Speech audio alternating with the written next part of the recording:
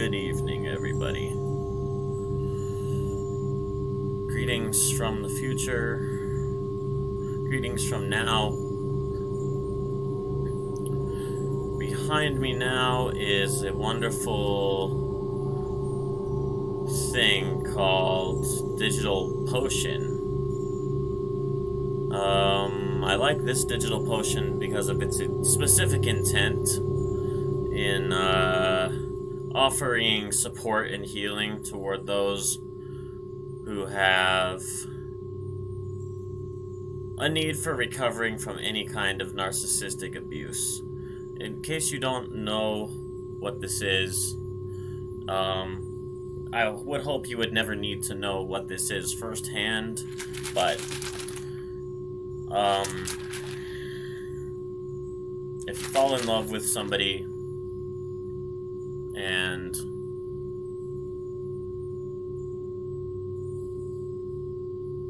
what you're actually dealing with, instead of somebody bonding with you on a real level in a trusting space, instead a narcissistic personality complex, or what I like to refer to as a grandiosity mechanism, you experience constant and inevitable shutdowns in the interaction where you lose your voice. You get placed in a double bind by the person with the personality complex, who essentially carries on a battle or a conflict all by themselves, just playing both sides of it and claiming one of the sides as you, and taking away your voice and your will so that they can go around in that circle in the battle stance. When in reality, the fight being carried on is completely unnecessary and is not rooted on something that actually happened in reality. It's a pretty complicated disorder. I see it as extremely close to paranoia disorder, like a paranoia anxiety.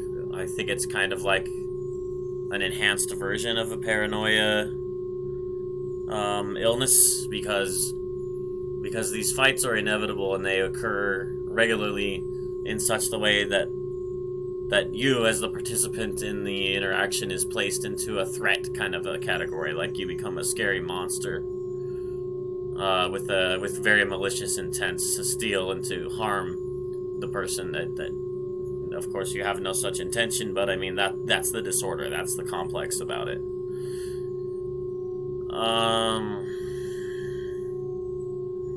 So I find it very loving and very unity empowering to find art like this on the internet, which is directly aimed at helping those who have suffered under such a interaction toxicity.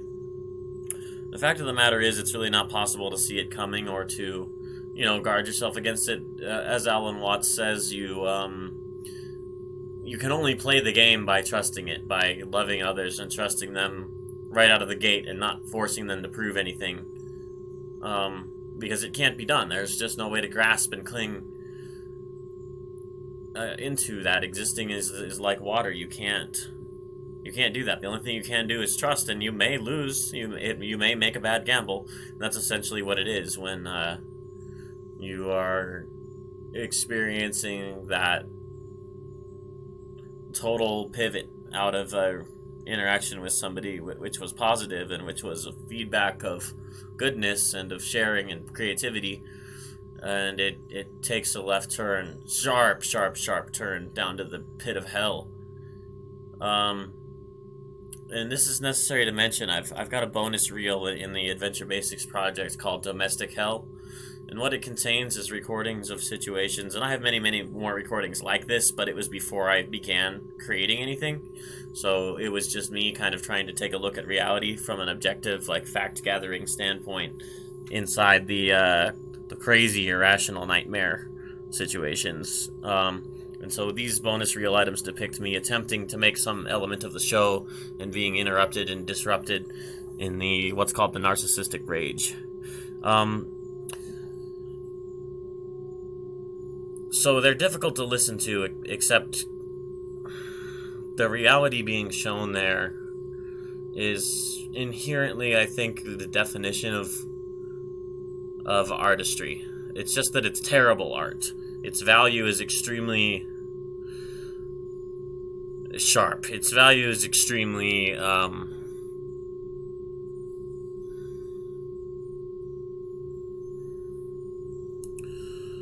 it has value, but it's very obtuse. You know, of course, that's my handle. That's my name.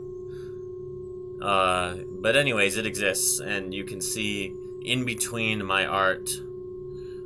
You can hear the pure narcissistic rage flowing and crashing into, and you can hear my responses in varying degrees of it provoked, a little bit irritated, to full out, like, absolutely enraged back. So I find it important to present me to, you know, any who may delve into this project, either people who knew me or people who feel the unity with me, who find their way to this place, to this river stream that I am. I will flow where I am. I'm not going to be able to find you. You're going to find me for the reasons that you do. But to find this content, you have to go on my page, my archive page on the YouTube, and go to the full playlists list, and then you'll see some of them are in the one called the bonus ZEN PARADOX content, which I'm taking out of unlisted, so you'll be able to see it on the profile. But you can locate the playlist called Domestic Hell and hear all of the ones that are like this. They're difficult listens, but I mean, this is what I like to call reality content. It's reality streaming to try to give you a picture of the life I've had to walk away from in the process of Adventure Basics getting born and the Zen show becoming a true feature-built concept. Because I realize that if you love somebody the way they are, and this is the way they are, then you have to face the truth. You have to face the real reality that that is in front of you. That you, if you take someone as they are, knowing that they can't transcend, you know, aspects of the flaw that it is to being human, and so if you cling to the interaction situation in which there actually is no legitimate bonding interaction available or happening, as if it would ever turn into something where bonding takes place, that's actually a failure to love the person. That's a failure to flow in the love energy that is, to cling in that situation that it's not happening and it's not going to happen. The best thing that you can do to exert, to basically flow in the love energy, to love somebody as they fully are, is to go inside the full reality of it. The reality is that behavior creates alienation. It basically is a big undo button on any beginnings of bonding into alienation, where there is no bond. The bond is destroyed, and any bonding that does form is what's called a trauma bond. It's a form of a behavior pattern, where it's what the narcissistic disorder kind of creates. It wants somebody who gets addicted to them and can't leave, doesn't want to leave, so that they can continue to play the battle game, basically, the Fight Club situation that it is. They need an opponent, of course. They need somebody. They won't just sit by themselves and hallucinate the battle. It happens because there's somebody whose energy they're getting out of it. So if you reject the situation of reality, that is, that interaction won't happen in the way that an audience member or like a Zen teacher and a Zen student share presence and have a meditative bonding situation. You can't have that in the narcissism disorder. It won't act in that way. And if you think that will ever change with somebody, by you trying harder, by you attaining something somehow, you're going to come to find that you can't. It can't be done. It's the same lesson as outwitting the devil under any sphere, any applicability. There's no way to outwit it. It can't be done. And so what you must do is let go. You must learn to float and not try to grab hold of the water. And what that is to live in the reality, the alienation that it is, that's created by such behavior. And don't pretend that there's bonding happening that isn't. You have to go into the alienation and let it exist. You have to get away, basically. No contact is the final advice for anyone who is seriously ready to no longer play that Fight Club game with the narcissistic person they're interacting with. So this turned into a weird tangent, a weird commentary of Two's talk, but I just wanted to talk and also express my appreciation for Altona777 for the content that's crafted in excellence, in the spirit of sharing that my channel is also about. So this is another maker who I found along this path, along the course of dealing with the incredible hell that it has been to cling, essentially, into that interaction, thinking, I don't know what I was thinking. I wasn't really expecting it to ever suddenly or gradually change or get better. It's just, I didn't fully see the truth about what it really would mean to let go and to stop clinging in the situation under a false pretense of it becoming bonding or becoming useful or becoming creative at any point. It's so horribly non-creative, is the bottom line about it. It's using energy for destruction and for provocation and what amounts to griefing in a game and player killing, town killing. It's that, but for real life. So I came to realize that, and then that gave me the framework upon which to think about it in terms of letting go and of not clinging and not trying to grasp hold of liquid that just can't be. Right now I'm running several selections which go with this thread of thinking in my post-final page path, which is the understanding that your voice, your creative voice, the self that is really there, the spontaneous reality person who you don't control, you don't craft it, you don't attain it, you just are it. I've got a story about finding that you and giving up on hiding, giving up on not being seen, and really coming into the light of being seen, of having your voice get heard and you getting to hear it. By an author. Stories from the Risk podcast. I have a compilation quite early in the show development, which starts out with this story from Ben Garant, the writer of Night at the Museum. And it's incredibly applicable to this realm of content I'm presenting in this session. I just shared it with my friend today. We were writing some music and doing some plant meditation. And it describes both the identity layers concept, like the onion, where there's actually nothing in the center, and the move from hiding and from not seeing you into the abandonment of the hang-ups and the full engagement of letting go of hang-ups, so that your voice can actually come through, and so that your purpose you're living for manifests and is felt tangibly in your action and in your behavior. And that's the point where you actually get to spontaneity, when you get the view of your identity that isn't tainted by attainment and by all the illusions. And so we're going to start there, and then we have a selection out of The Web of Life, Part 2, which describes the onion imagery. Several selections out of The Power of Space, or Understanding Space-Time, which talks about mutual interdependence and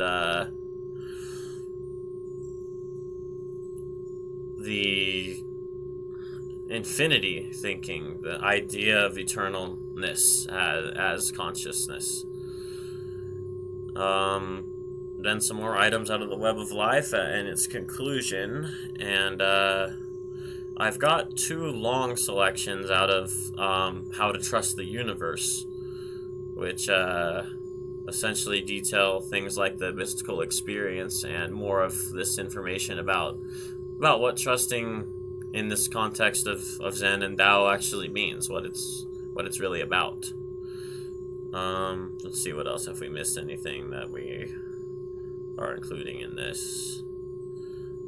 Oh yeah, the Alan Watts selection from Being Far Out, which I used to open the music video for my song that I completed a couple days ago and streamed out the composing of it. It ties directly into the Ben Garant story and the whole rest of the thread here about creating and expressing what actually is, using skill, using the discipline that you are only going to get to by clearing out the illusions, clearing out the things in the way that are, there. You keep taking the layers and there's actually nothing inside. So, I mean, crafting really begins once you get to that point, when you get to the fact that you understand that you're nobody, and that the things you're hanging in attainments about your identity, trying to boss and rule your destiny, are just preventing you from dancing during the music that's actually playing, and preventing you from expressing, so your voice isn't heard, so you're hidden. And that's the whole actualization of the battle shout, is to say, we're trying to see you. We're battling against all the bosses and enemies in the way that are hiding you in darkness and not allowing you to be heard and to be expressed.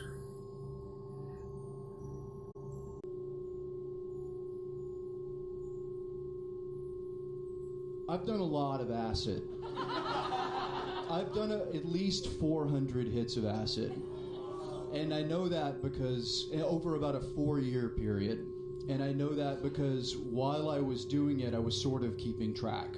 And I say not lightly, acid is very much a part of why I am who I am. Acid is very much a reason that my brain works the way it does.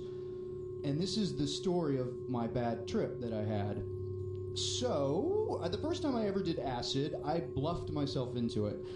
After my freshman year of college, I went to New York University, and then I came back to Tennessee, where I'm from, very small town in Tennessee, where I really only had 2 friends. And when I came back, they said they had discovered acid their freshman year.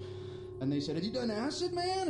And I was big New York big shot, and I didn't want to admit, no, of course I haven't done acid. And so I said, yeah, acid's great. I love acid. And they said, good. Pop, pop, pop, pop. Let's do some right now. And so I took 4 tabs of acid and launched into it. And that was the first time I'd ever done it. And the big thing I remember from that first trip was driving around in the mountains in Josh's old Volkswagen Bug. And there were holes in the floorboards, so you could see the road going through. And we were listening to Nick Cave and the Bad Seeds loud. And the mercy seat is waiting, over and over and over and again. And it's pouring rain. And I'm in the back, like trying to keep my feet on the beams so that I don't go through to the road. And it's pouring rain, and rain is splashing up from the road and just tripping balls. And my friend Sam is in the passenger seat with a Coke bottle, and he's going, hey guys, nothing. And over the course of the trip, he must have done it 50 times. And I'm holding on, and we're racing down these deserted roads, and the next day, Sam told me that his Coke bottle was singing Elvis songs to him. And when he was trying to get our attention so that we could see, the Coke bottle was going, shh, shh, shh, shh, shh, shh, shh.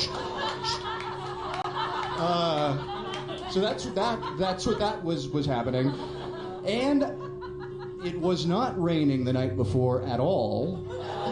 And his Volkswagen did not have holes in the floorboards. So I was in. I loved acid. Like after that, that was the most fun. It's if who's here done acid? Woo! Yeah, it's a nitrous engine through a funhouse, and I loved it. And part of that first acid trip sort of made me the way I was the rest of my acid experience, which is I was in control.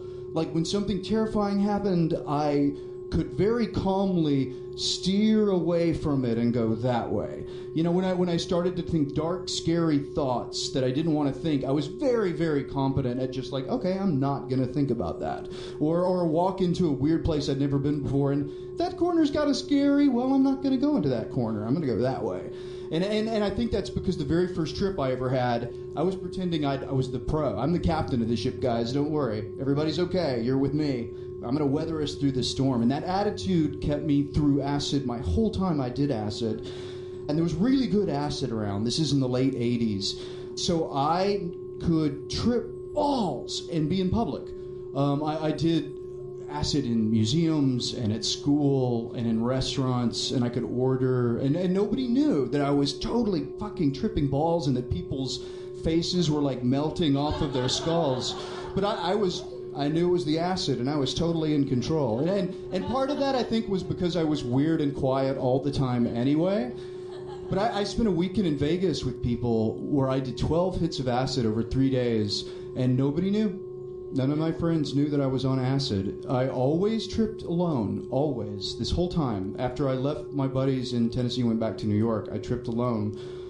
I think because I'm a weird private person and didn't want to share stuff, and I think because I'd been around people who have a bad trip and you have to rescue them.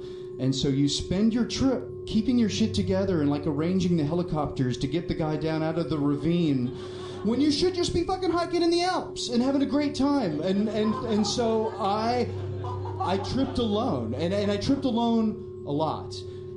I was so good at people not knowing I was on acid, I got pretty casual about using it. I accidentally once tripped with my parents for 6 hours. My parents were not hippies. My parents were Church of Christ. My friends and I in Tennessee had a system.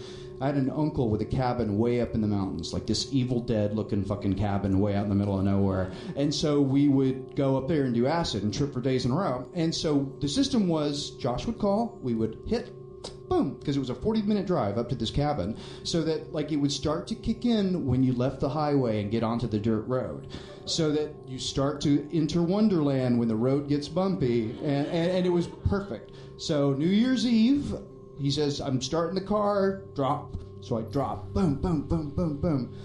And I'm sitting there and I'm waiting for Josh to pull up. And 10 minutes go by, and 30 minutes go by, and an hour goes by. And my brain is starting to get weird. And Josh calls and said, car won't start, dude. Happy New Year. So any other night, my parents would have been in bed by 9. But it's New Year's, so they're up the whole time. So I'm there tripping balls, watching Dick Clark. And realizing that I am my father, which at 20 is a big realization to make. Like in 20, when you realize, oh, everything I'm doing, I'm thinking I'm this weird punk rock avant-garde dude. I'm just my dad. I drink the same fucking beer. I walk the same. I talk the same. I hate the same commercials. You know, and that at 20 is a big realization. Back in New York, I continued doing acid a lot. I did acid, and when it was warm, I hung out in Washington Square Park or Central Park and walked around, and when it was cold, I went into the Natural History Museum or the Met, because they were both free. The Natural History Museum, for those of you who don't know, I wrote the movie Night at the Museum, which makes a lot of sense that I did a lot of acid.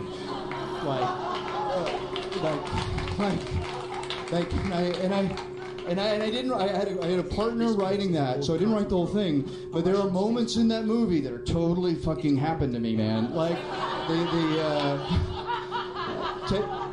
Teddy Roosevelt never spoke to me, but I know the sensation in that museum of like walking down the dark halls and sort of forgetting where you are because you're listening to, oh wow, listen to that cool accent, listen to what those kids are talking about. You forget where you are, and then all of a sudden, fucking dinosaur! Fuck! Like, and you genuinely, for about half a second, think there's really a fucking alive dinosaur right there. And in this existence, half a second is a long time to think that there's really a dinosaur right there. And so I experienced that. And I also, the dioramas, like the dioramas in Natural History Museum in that movie are very much from my acid days. Because I remember looking at the dioramas and spending tons of time and thinking, how do they know when one of them, there's so many, how do they know one of them didn't get out? And then laughing hysterically in my head at how funny it would be to go to a guard and say, how do you know one of them didn't get out? and that was the drug.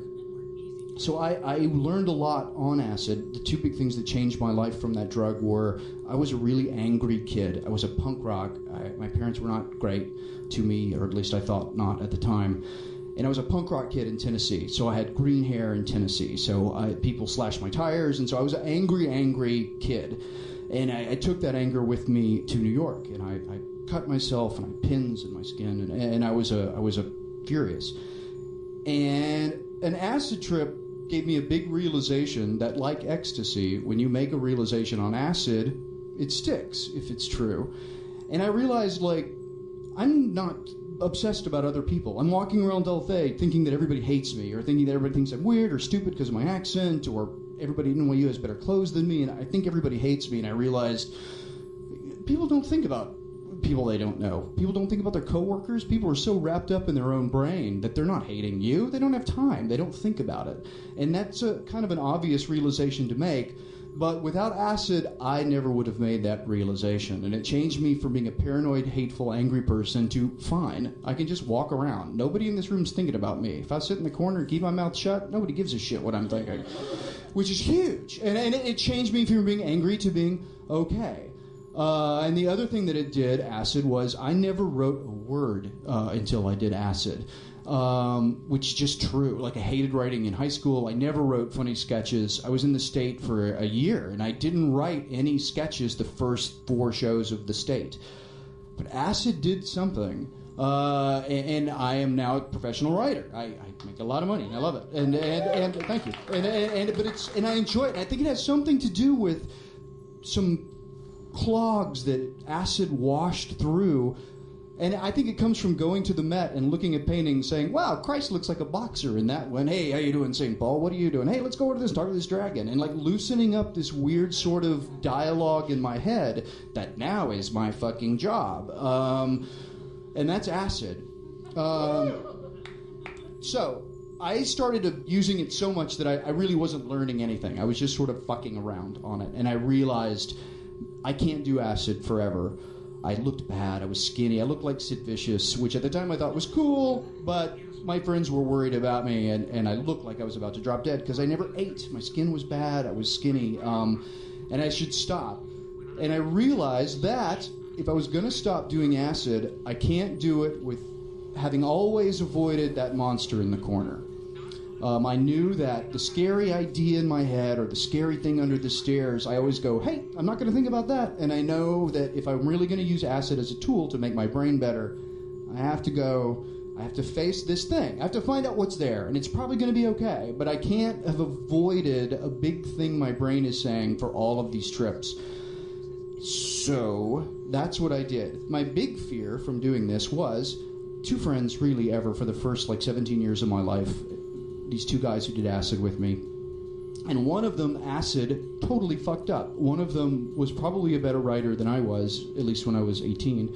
And acid changed him between freshman year and sophomore year, the time I saw him those 2 summers. I came back and he was a different guy. And I don't mean in an esoteric way. I mean, he couldn't put words together. He was a different guy. And he tried to explain to me once that he had a bad trip, that he was making out with some girl, and suddenly she was a mannequin.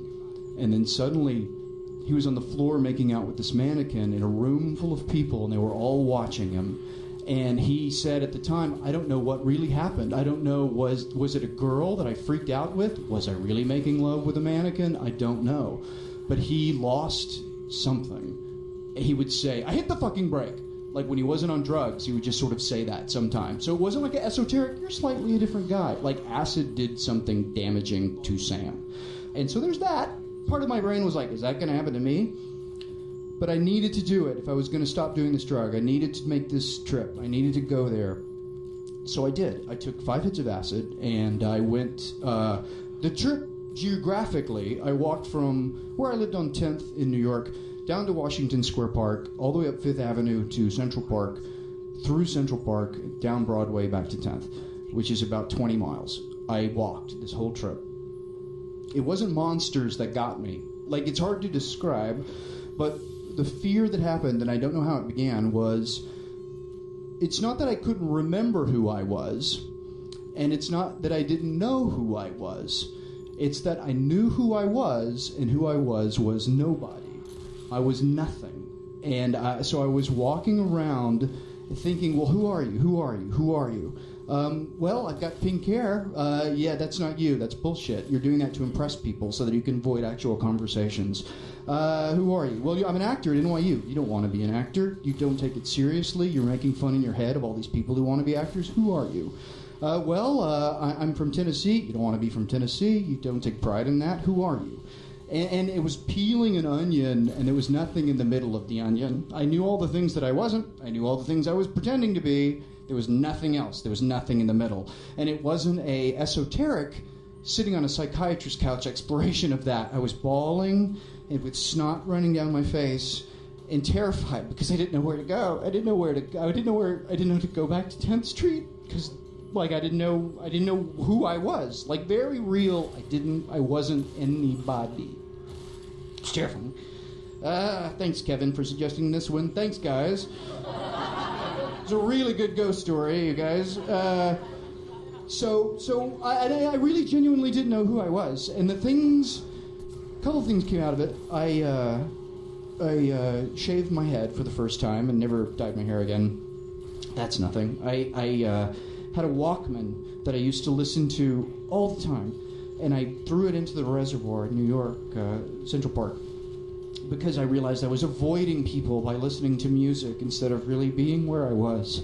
I used to, at the end of stage shows, there would be parties.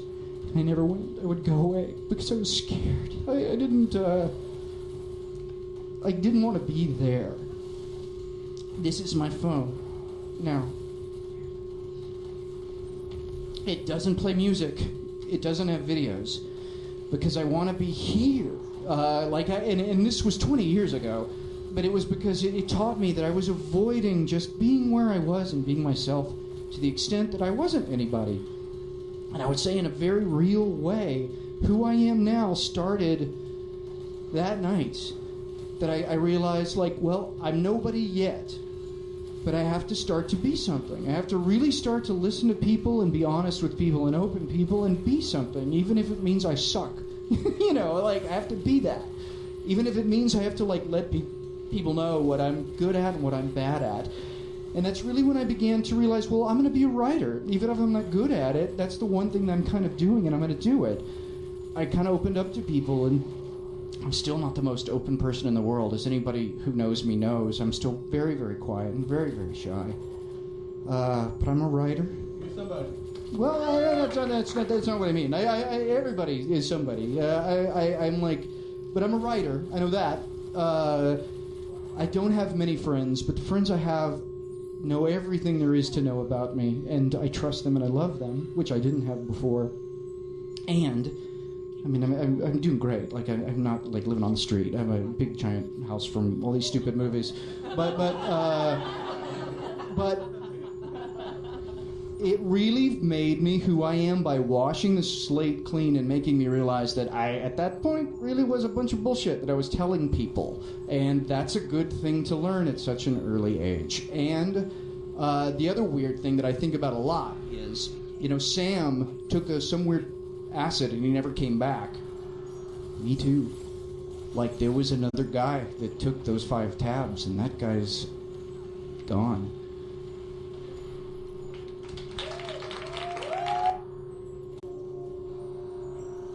The easiest way to get into the meditative state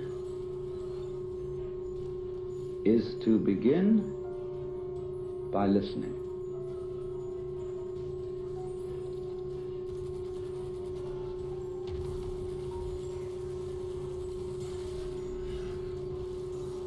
If you simply allow yourself to hear all the sounds that are going on around you,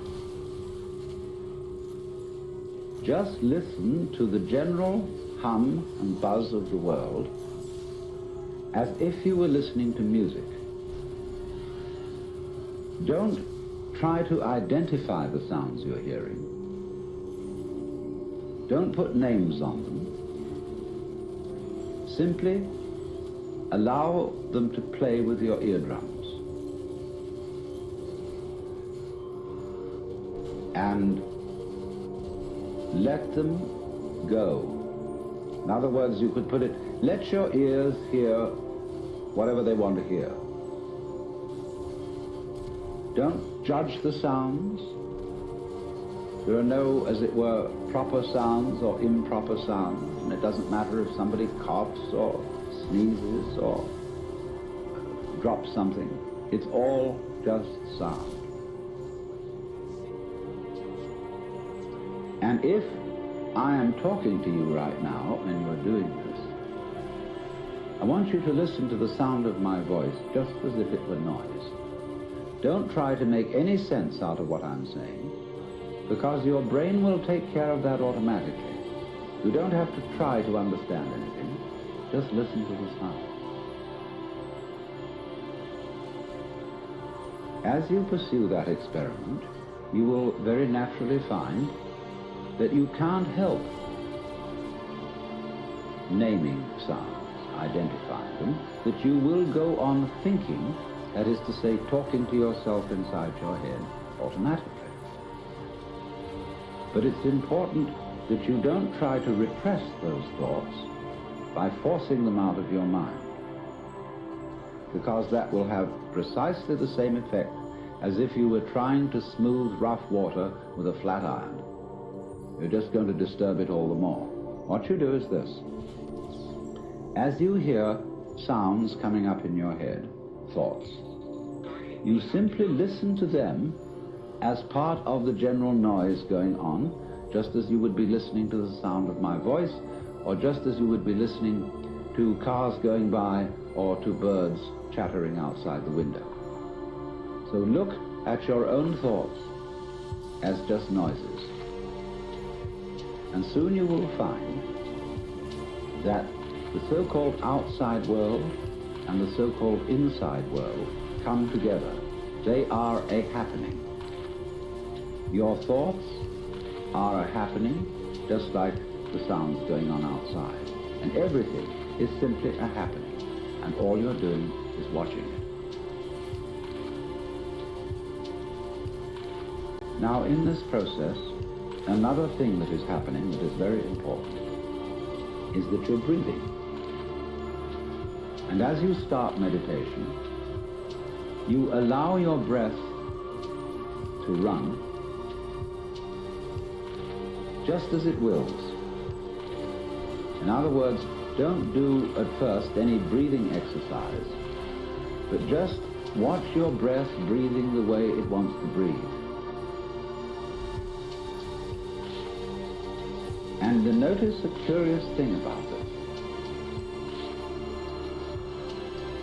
You say in the ordinary way, I breathe, because you feel that breathing is something that you are doing voluntarily, just in the same way as you might be walking or talking. But you will also notice that when you are not thinking about breathing, your breathing goes on just the same. So the curious thing about breath is that it can be looked at both as a voluntary and an involuntary action. You can feel on the one hand, I am doing it, and on the other hand, it is happening to me. And that is why breathing is a most important part of meditation, because it is going to show you, as you become aware of your breath, that the hard and fast division that we make between what we do on the one hand and what happens to us on the other is arbitrary. So that as you watch your breathing, you will become aware that both the voluntary and the involuntary aspects of your experience are all one happening. Now that may at first seem a little scary, because you may think, well, am I just the puppet of a happening, the mere passive witness of something that's going on completely beyond my control? Or on the other hand, am I really doing everything that's going along? Well, if I were, I should be God. And that would be very embarrassing, because I would be in charge of everything. That would be a terribly responsible position. The truth of the matter, as you will see it, is that both things are true. You can see it that everything is happening to you, and on the other hand, you're doing everything. For example, it's your eyes that are turning the sun into light. It's the nerve ends in your skin that are turning electric vibrations in the air into heat and temperature. It's your eardrums that are turning vibrations in the air into sound, and in that way you are creating the world. But when we're not talking about it, when we're not philosophizing about it, then there is just this happening, and we won't give it a name. Now then, when you breathe for a while, just letting it happen, and not forcing it in any way, you will discover a curious thing, that without making any effort, you can breathe more and more deeply. In other words, supposing you simply are breathing out, and breathing out is important because it's the breath of relaxation, as when we say, and heave a sigh of relief. So when you are breathing out, you get the sensation that your breath is falling out.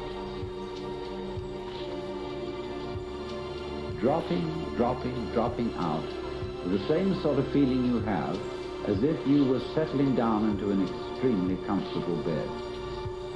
You just get as heavy as possible and let yourself go. You let your breath go out in just that way. And when it's thoroughly, comfortably out and it feels like coming back again, you don't pull it back in, you let it fall back in, letting your lungs expand until they feel very comfortably full. And you wait a moment and let it stay there, and then once again you let it fall out. And so in this way, you will discover that your breath gets quite naturally easier and easier, and slower, and more powerful. So that with these various aids, listening to sound, listening to your own interior feelings and thoughts, just as if they were something going on, not something you're doing, but just happenings, and watching your breath as a happening that is neither voluntary nor involuntary. You are simply aware of these basic sensations. Then you begin to be in the state of meditation. But don't hurry anything. Don't worry about the future. Don't worry about what progress you're making. Just be entirely content to be aware of what is.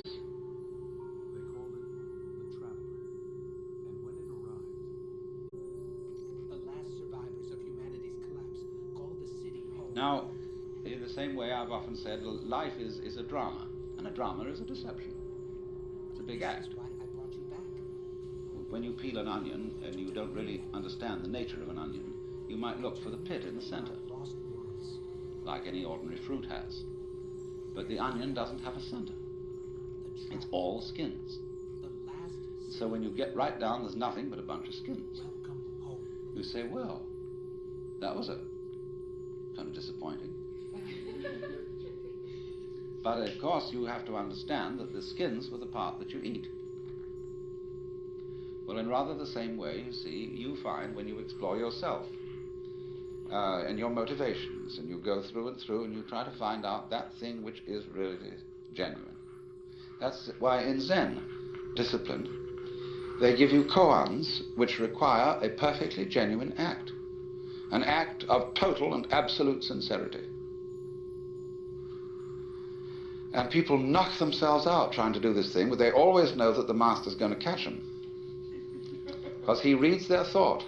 You know that story of von Kleist about the man who had a fight with a bear, and the bear could read his thoughts, so that the only way of hitting the bear was to do so not on purpose.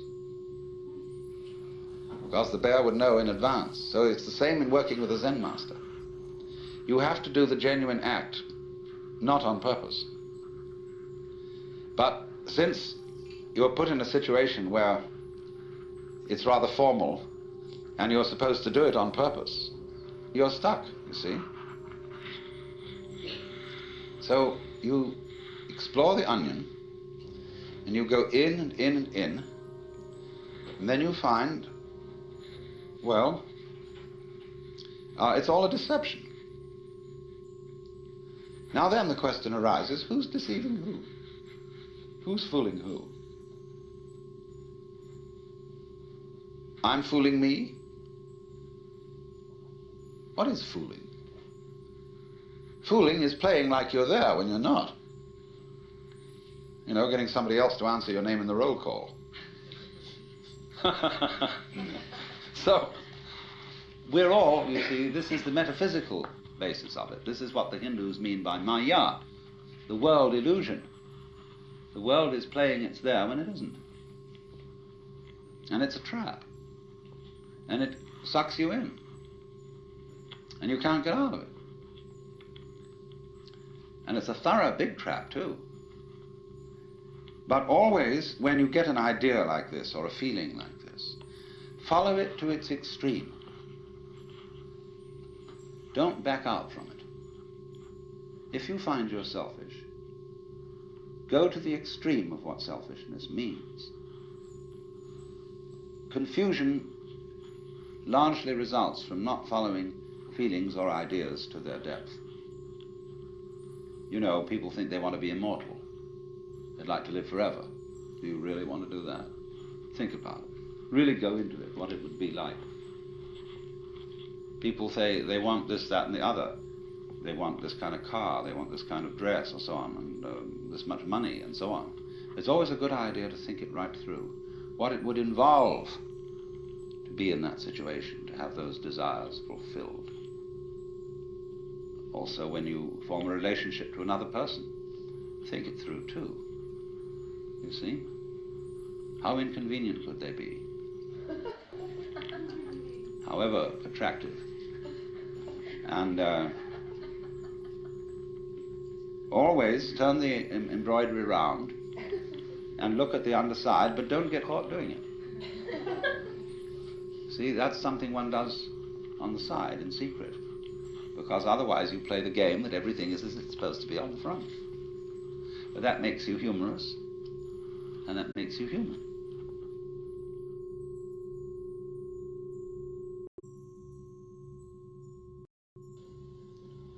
Lao Tzu puts it in this way: the great Tao flows everywhere, both to the left and to the right. It loves and nourishes all things, but does not lord it over them. And when merits are accomplished, it lays no claim to them. The more, therefore, you relinquish power, trust others, the more powerful you become. But in such a way that instead of having to lie awake nights, controlling everything, you do it beautifully by trusting the job to everyone else. And they carry it on for you. So you can go to sleep at night and trust your nervous system to wake you up in the morning. You can even tell it, I want to wake up at 6 o'clock, and it'll wake you up just like an alarm clock. This seems a sort of paradox to say this, but the principle of unity, of coming to a sense of oneness with the whole of the rest of the universe, is not to try to obtain power over the rest of the universe. That will only disturb it and antagonize it and make it seem less one with you than ever. The way to become one with the universe is to trust it as another, as you would another, and say, let's see what you're going to do. But in doing that, you see, in saying that to everything else that you have been taught to think is not you, you are also saying it to yourself.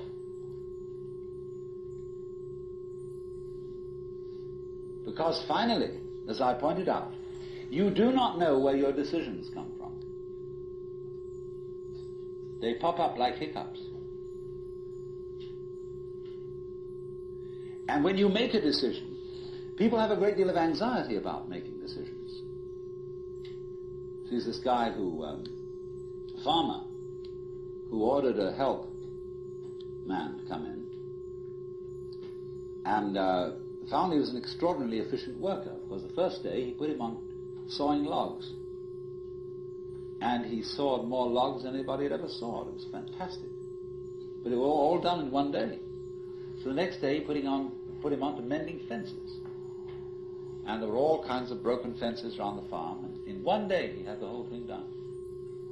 So he thought, what am I going to do with this guy? So he took him down into a basement and said, look, here are all the potatoes that have come in from this harvest. And I want you to sort them into 3 groups. Those that we sell, those that we use for seeding, and those that we throw away. So he left him at that. At the end of the day, the laborer came back and said, well, that's enough, mister. I quit. Oh, he said, you can't quit. I've never had such an excellent worker. I'll raise your salary. I'll do anything to keep you around here. I said, no. It's all right mending fences and chopping wood, but this potato business is decision after decision after decision after decision.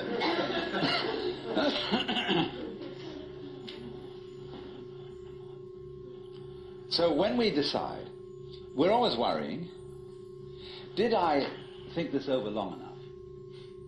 Did I take enough data into consideration? And if you think it through, you find you never could take enough data into consideration. The data for a decision in any given situation is infinite. So what you do is, you go through the motions of thinking out what you will do about this. And then when the time comes to act, you make a snap judgment.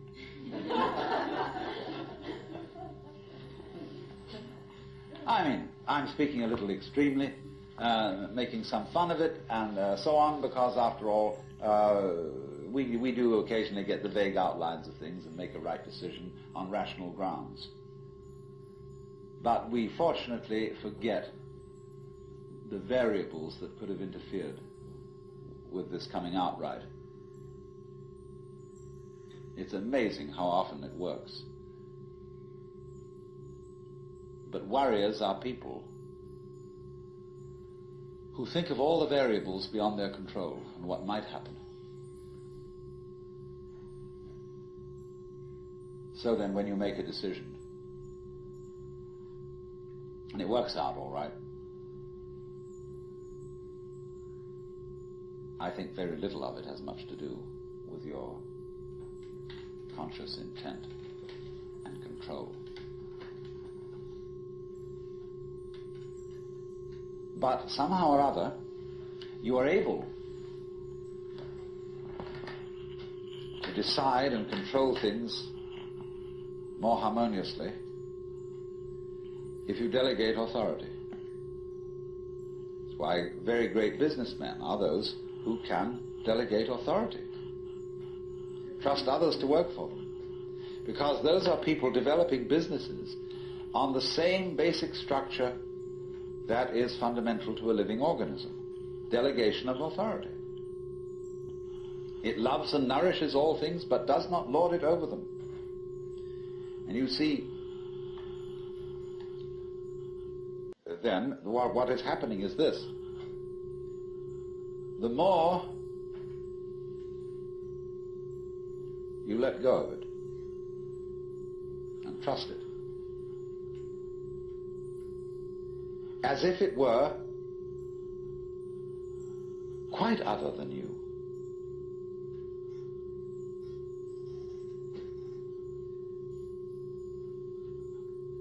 the more you realize the inseparable identity of self and other.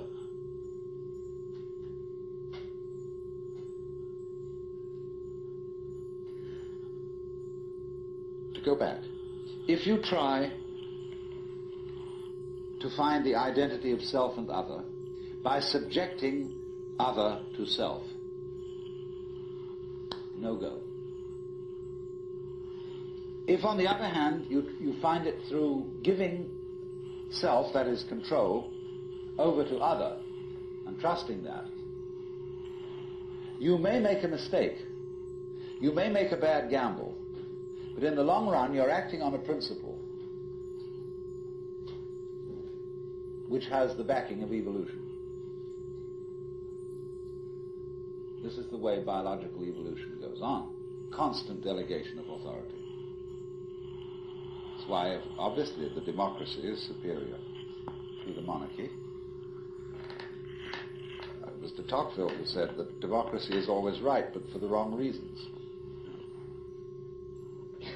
Because there is operating in a democracy the principle that Buckminster Fuller calls synergy. And synergy is the intelligence of a highly complex system, the nature of which is always unknown to the individual members. Because that goes back again to this point, that we're always entering a new environment. We don't ever know fully what the new environment is, because the only environments we know are the past ones. There is always then operating in the development of cellular life on any level a new way of organization, higher than any existing form, and we're not aware of it until after it's happened. If you ever saw, for example, the film Kon-Tiki, this man figured out a few things as to how to make a balsa wood raft to sail from South America to the Pacific Islands. But once he had set this in motion, he discovered that all sorts of unexpected factors cooperated with him. That when the wood got wet, it expanded so that the ties bit into it and held it completely secure. He'd never expected that. And he found that as he sailed along, a flying fish would simply alight flat on the deck every morning for breakfast. That all kinds of natural factors, it was just, he'd touched a key where he was flowing with the course of nature, and everything cooperated with him. Because he had touched the key. He had made the act of faith. And he was just picking up, in other words, a practice which had been hundreds and hundreds of years ago, had been followed by others who had worked it out by their great ecological awareness.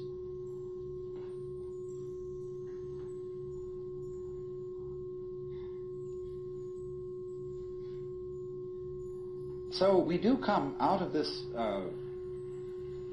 way of thinking to something which has, I would say, the most enormously creative and revolutionary social consequences.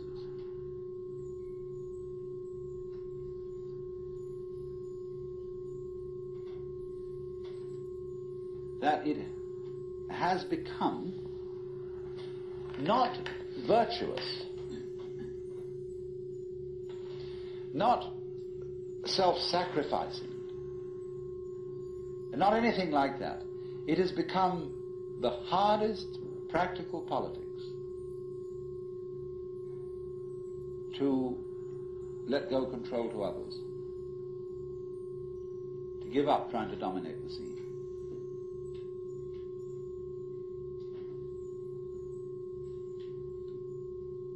Also, in a parallel way, it has become at this time in our history very much hard practical politics.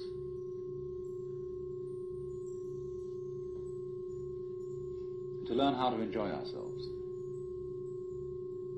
You can go to the Protestant people with their Protestant ethic who are against this kind of thing, and now say to them with great glee, it is your solemn duty to learn how to enjoy yourself. Why? Because in an age of leisure, people have really got to know how to enjoy themselves. Because if they don't, they'll smash the whole future of the human race.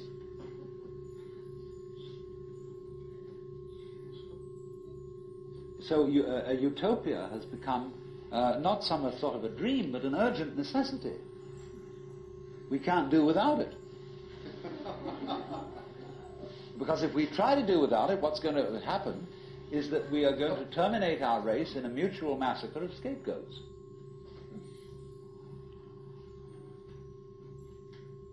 And so the present paranoia in the United States that is going on, where everybody is thinking up a new scapegoat and how great it will be to demolish them or get them out of power, all this kind of bickering and right and left politics has become irrelevant,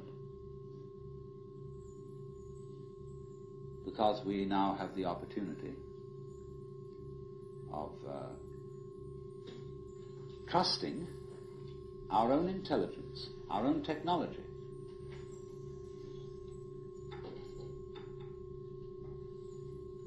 To take the risk of doing what we want, which will work to the extent that we realize that what I want, basically, what I really want is what you want. And I don't know what you want.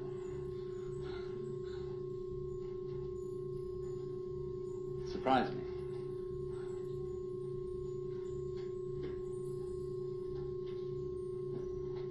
But that's the kinship between I and thou.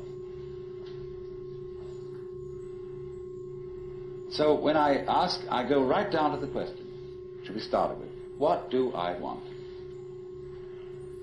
The answer is, I don't know. When Bodhidharma was asked, who are you? Which is another form of the same question.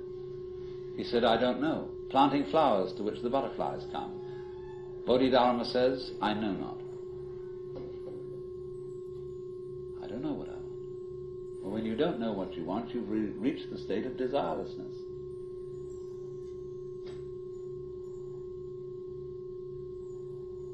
When you really don't know. But you see, there's a beginning stage of not knowing, and there's an ending stage of not knowing. In the beginning stage, you don't know what you want because you haven't thought about it, or you've only thought superficially. And then when somebody forces you to think about it and go through and say, yeah, I think I'd like this, I think I'd like that, I think I'd like the other, there's the middle stage. Then you get beyond that. Say, is that what I really want? In the end you say, no, I don't think that's it. I might be satisfied with it for a while, and I wouldn't turn my nose up at it, but it's not really what I want. Why don't you really know what you want? Two reasons that you don't really know what you want. Number one, you have it. Number two, you don't know yourself, because you never can. The Godhead is never an object of its own knowledge. Just as a knife doesn't cut itself, fire doesn't burn itself, light doesn't illumine itself. It's always an endless mystery to itself. I don't know. And this I don't know, uttered in the infinite interior of the Spirit,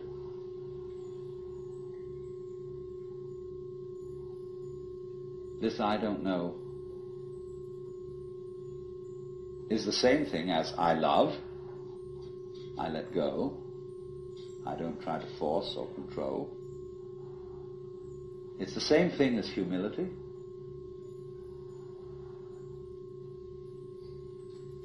And so the Upanishads say,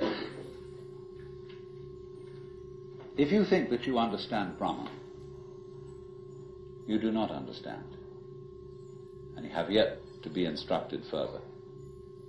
If you know that you do not understand, then you truly understand.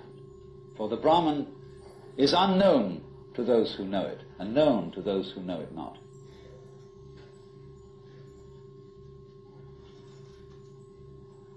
And the principle is that any time you, as it were, voluntarily let up control, in other words, cease to cling to yourself, you have an access of power. Because you're wasting energy all the time in self-defense. trying to manage things, trying to force things to conform to your will. The moment you stop doing that, that wasted energy is available. And therefore you are, in that sense, having that energy available, you are one with the divine principle. You have the energy. When you're trying, however, to act as if you were God, that is to say, you don't trust anybody and you're the dictator and you have to keep everybody in line, you lose the divine energy. Because what you're doing is simply defending yourself.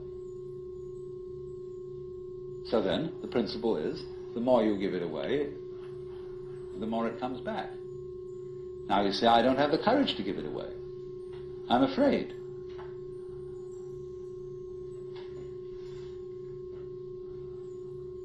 And you can only overcome that by realizing you better give it away because there's no way of holding on to it.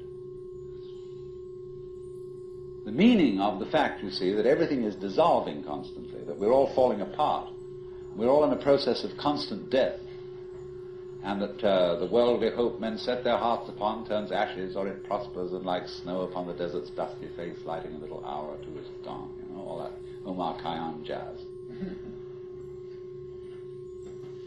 You know, the cloud-capped towers, the gorgeous palaces, the great globe itself, I, all which it inherits shall dissolve, and like this insubstantial pageant faded, leave not a rack behind. All falling apart. Everything is. That's the great assistance to you. See, that fact that everything is in decay is your helper. That is allowing you that you don't have to let go because there's nothing to hold on to. It's achieved for you, in other words, by the process of nature. So once you see that you just don't have a prayer, and it's all washed up, and that you will vanish and leave not a rack behind, and you really get with that, suddenly you find you have the power. This enormous access of energy. But it's not power that came to you because you grabbed it. It came in entirely the opposite way. And power that comes to you in that opposite way is power with which you can be trusted. Of course, what we've been talking about is not so much a set of ideas as an experience, or shall we say experiencing. And this kind of seminar, in comparison with encounter groups or workshops of various kinds, or experiments in sensory awareness, is now being called a conceptual seminar. Although I'm not talking about concepts.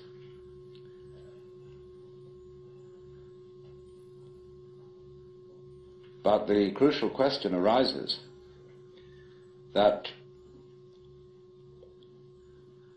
an understanding, a real feeling understanding of the polar relationship between the individual and the world is something that operates, as we say, in your bones, and isn't just a view that you hold or a belief that you hold. But just to give you a little sidelight on how words get mixed up in their meanings, we now have a class of person called an agnostic.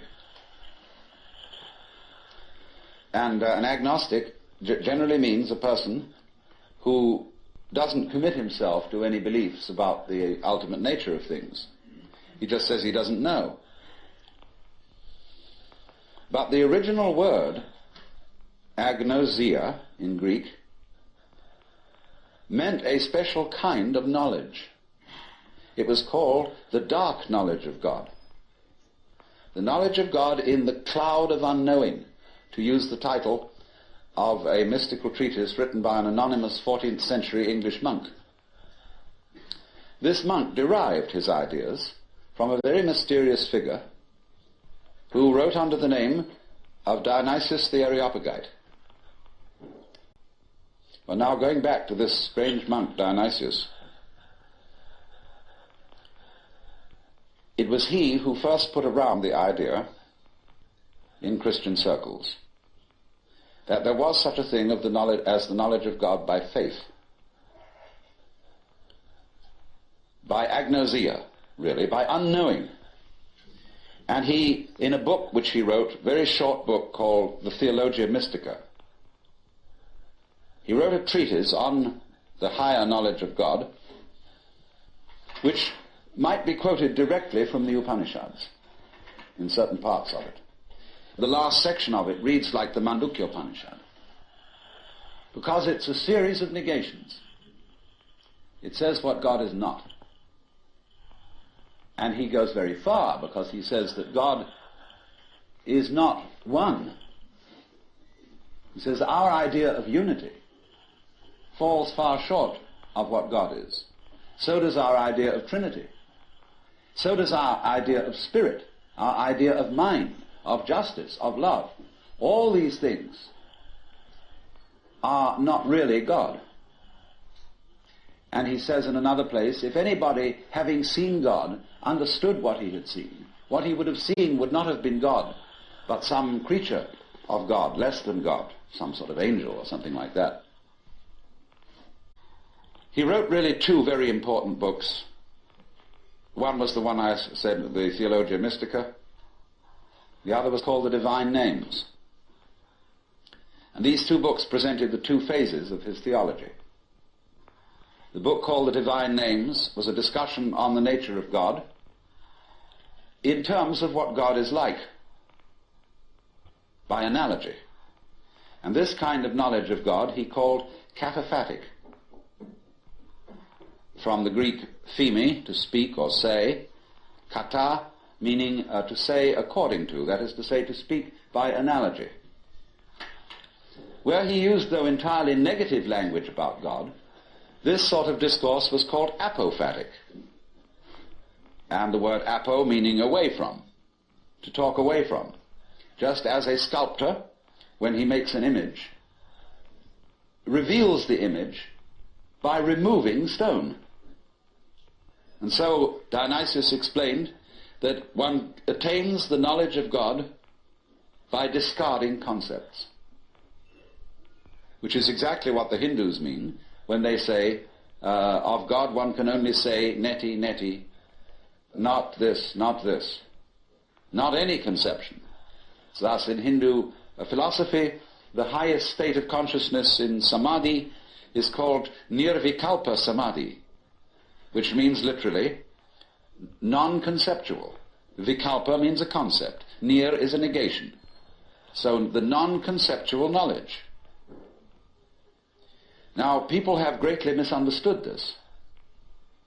They have imagined that unknowing the state of the highest contemplation was the acquisition of a blank mind, from which you first discarded thought, you went on to discard perception, you went on to discard any kind of sensory content in awareness, until you were, so far as anyone could say, aware of nothing. And they supposed that this kind of catatonic state was mystical consciousness. This is often believed in India. If you go to the Vedanta Society and ask what do you mean by nirvikalpa samadhi, they will tell you that the one in that state has no consciousness whatsoever of the sensory world, that he is completely absorbed, as you sometimes see Hindu holy men sitting in a state where they are blind and deaf to everything going on around them. The founder of Chinese Zen, known as Huineng, described people like that as no better than pieces of rock and lumps of wood. He said it's a very serious mistake indeed to confuse sunyata, the Sanskrit word for the great void, which is both the ultimate reality and the consciousness thereof. He said it's a great mistake to confuse it with nothingness. It is rather to be thought of as space, or like space, because space is not empty. It contains the whole universe. And so in the same way, the state of mind of a person who is truly enlightened is not empty. It contains everything. But like space, it is not stained by what it contains. And it's often said in Zen imagery, you can't hammer a nail into space. You can't spit on the sky and soil it. If you try, the spit will just return and hit your own face. So they go on to say the consciousness in all of us, your basic mind is like space. It is completely pure. But of course by purity, they don't mean unsexual, which is of course what purity generally means in the Western world. Blessed are the pure in heart, for they shall see God. A person who's pure in heart is generally understood as one who never has any naughty thoughts. You know what naughty means? It means vain, negative, empty. A naughty person, therefore, is one who doesn't amount to anything, who's just nothing. That's the real meaning. But this misunderstanding of the nature of contemplation existed not only in India, from which it was transmitted to China, but also in the West. You read many treatises on Western mysticism, and there's still the feeling that getting into a deep, deep trance, sometimes called rapture, again, the word rapture has undergone some transformations. We talk about rapture as people being beside themselves with pleasure. But to be rapt means to be taken away from the body. So also ecstasy we now interpret as meaning in a state of high pleasure. But it means to be outside yourself, to stand outside yourself. Your soul has left you, it is with God. As Arabs say of all crazy people, be kind to them. They're not here, their soul is with God. But actually, if it can be true, as Buddhists say, that nirvana and samsara are one, and if it can be true, as Christians say, that the spirit can be made flesh, the word can be made flesh, then obviously the highest form of man is not sitting in a trance like a lump on a log, with a perfectly blank mind. Because if that were the highest state of consciousness, it would be an exclusive state of mind, a state of mind that shuts out life.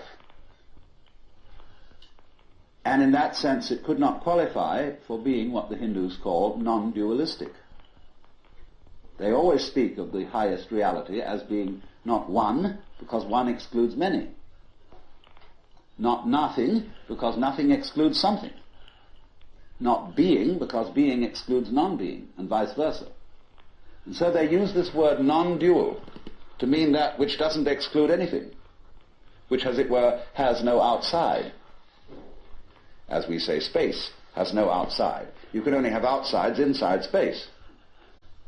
You can't have any outsides outside space. There is no outside space, even though space may be curved and finite.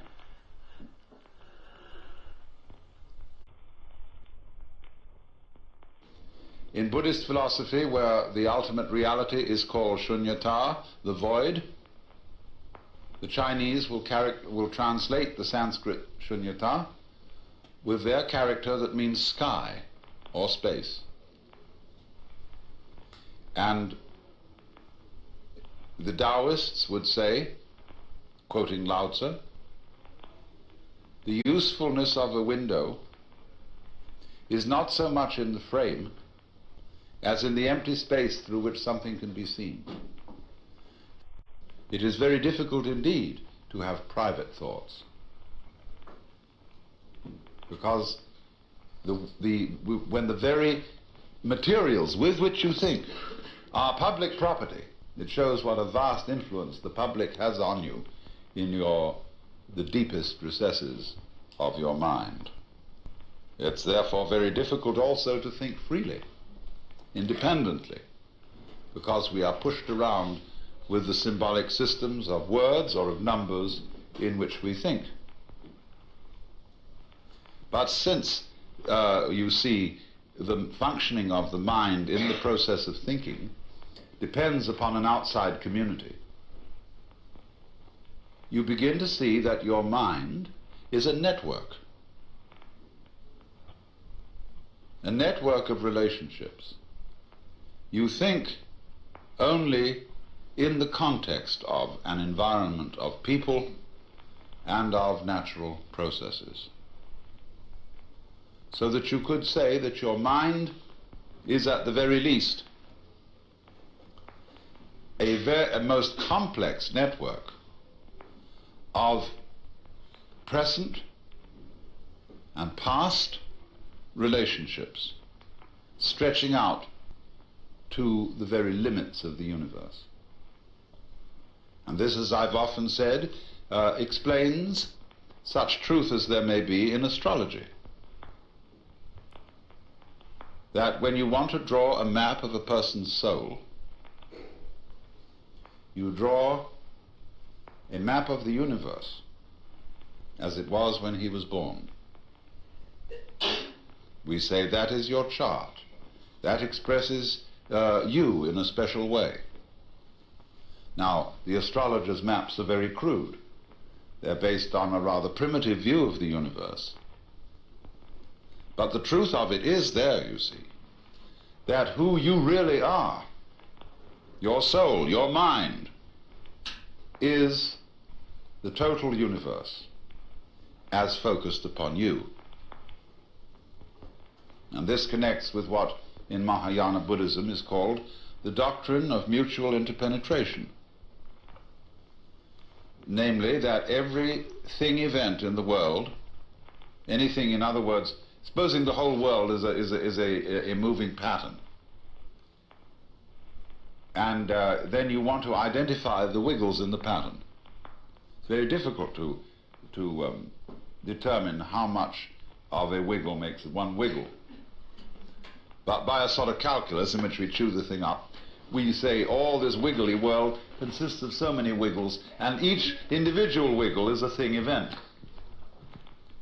What is called in Japanese, ji, means a thing event.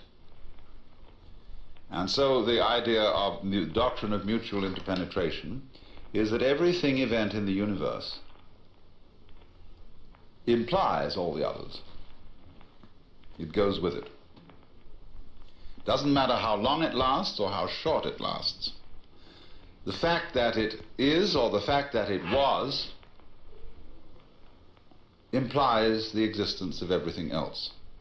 To put it in another way, the fact that there is a moth flying around me, it's very small, and it will soon run into a candle and extinguish itself. That little incident would not be possible at all except in the context of all these galaxies.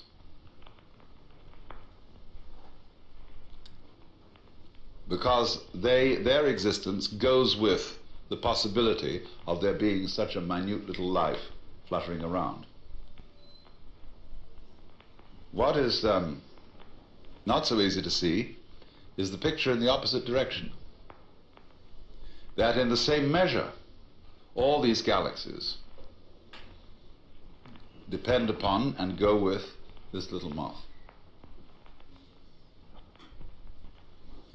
As the poet Suso, Henry Suso, once said. No, it wasn't Suso. It's someone like him, lived about the same time. I'll think of it in a minute. Anyway, he said, I know that without me, God could not live for one moment.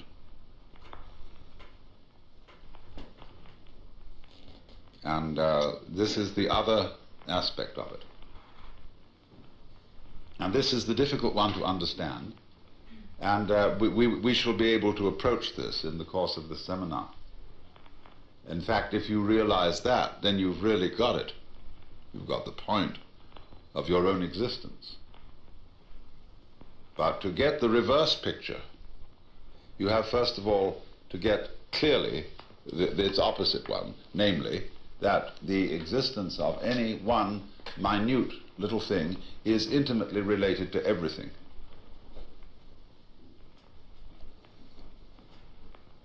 And then what happens when you clearly understand that, and you've really got that, your mind does a flip, like that. You know, it's like when you squeeze the air into in a sausage balloon, and you get all the air squeezed up, you think, into one end of the balloon, and suddenly it goes bloop, and it comes out the other end, you see? Well, it's sort of like that. And you have to be very careful at that point not to go crazy. But because, you see, when you find out that all this universe depends on you, some people get frightened, others get cocky, and from both things disasters can follow. You have to discover that and then be natural. Act as if nothing happened.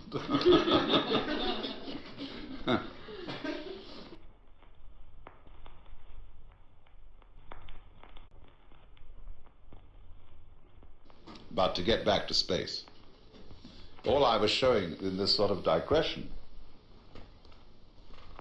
was that our mind, ourself, is not inside our heads, but extends. And so you see, you have, as the great vehicle of this extension of the universe, you have space. And you see immediately that you cannot pin space down. You cannot really conceive space at all. Look at the wonder a child has when it asks questions and begins. What's up there? What's beyond? What's after that? What's after that? The child is absolutely fascinated by thinking about that. Do you know all children are fascinated with infinity? Don't you remember seeing, say, a child's book? And on the cover of this book is a little girl sitting, reading the same book, with the same little girl on the cover, and so naturally there's another little girl on the cover of the book she's looking at in the picture. And so the child begins to wonder, how small can it get? How far can it go? Or they get in opposing mirrors and look, and gee, that's wonderful. Why can't you line them up so that it doesn't just disappear around the corner always? Couldn't you get in straight on this? Seems so difficult. Mummy, what did God do before he started the world? You think back. What would it be like to be in heaven and live forever and ever and ever and ever? And immediately this somehow stretches the skull. And children love doing this because children are always trying out experiments on themselves. You know, they prod themselves, pull themselves, they love to spin in circles and make themselves feel dizzy. Because that's a great thing, you know, that feeling, they're going like this, you see. They're always fascinated with the limits of experience. So what's out beyond that? Of course, now when a sophisticated astronomer tries to tell you that space is finite,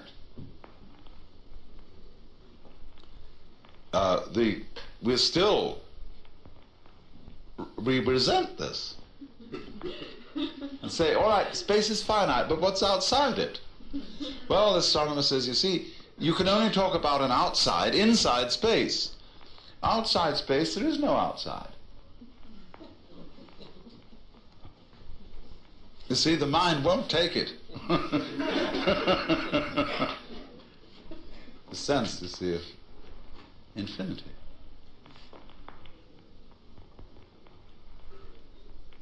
So,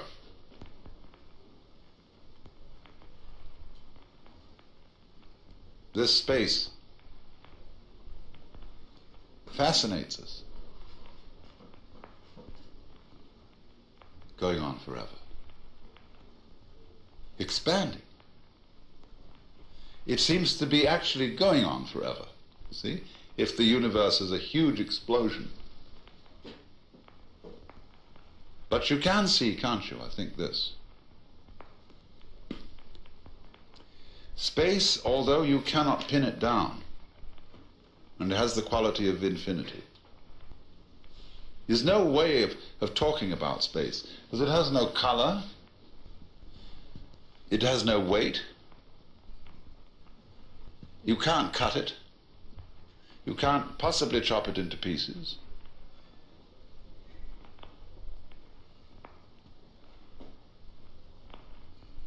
And yet, at the same time, you cannot differentiate it from solids. We come to another important point here, you see. That solid and space are in a secret conspiracy with each other. Actually, there's very little solid in the world. Most of what appears to be solid appears so by virtue of the speed at which it's jiggling. It's like an electric fan, which when put in rotation, the blades appear to form a solid disc. And this chair is solid for rather the same reasons. Well, you can't put your finger through it. It's moving too fast. But actually, whatever it is that's dancing in space is increasingly difficult to define. The more you think about energy, you see, and you can make a calculus of energy like you make a calculus of wiggles in the world, and you can say there are various waves or wavicles or particles of energy which we give all sorts of different names to, but the more we pursue it, the more it all seems to disappear. Like space, the more you try to think what it is, the more difficult it is. So in the same way, the more you try to say, now come on, let's sit down, what is this here? It's all right if you stop at a certain point. Then you say, well, now we know, that's practical. Let's not ask any more questions. And someone thinks, shut up. See? But if you keep on asking questions, everything falls apart. You notice this in the scholarly world. Scholars spend far more time debunking than they do creating.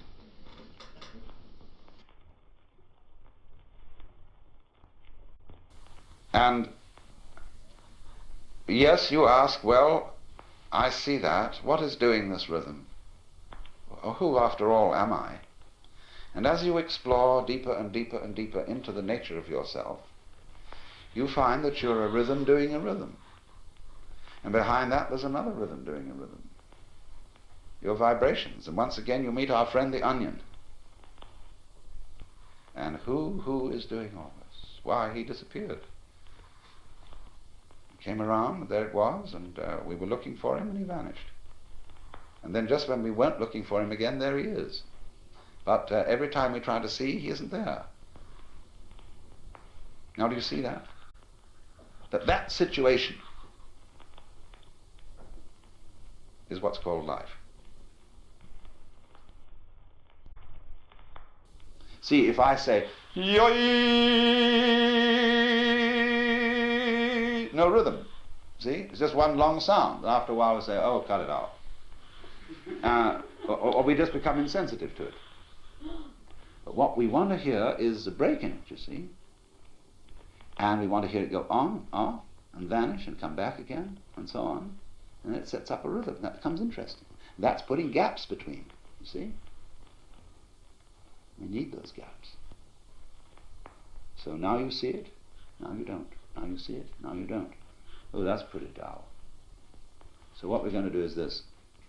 We're going to have you see it 3 times, and then with a regular not see it between them. Then there's going to be a longer not see it after that one.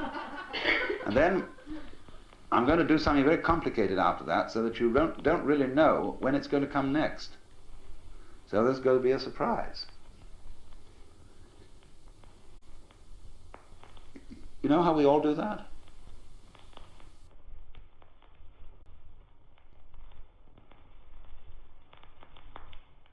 Now, of course, on a vast scale, the universe does that.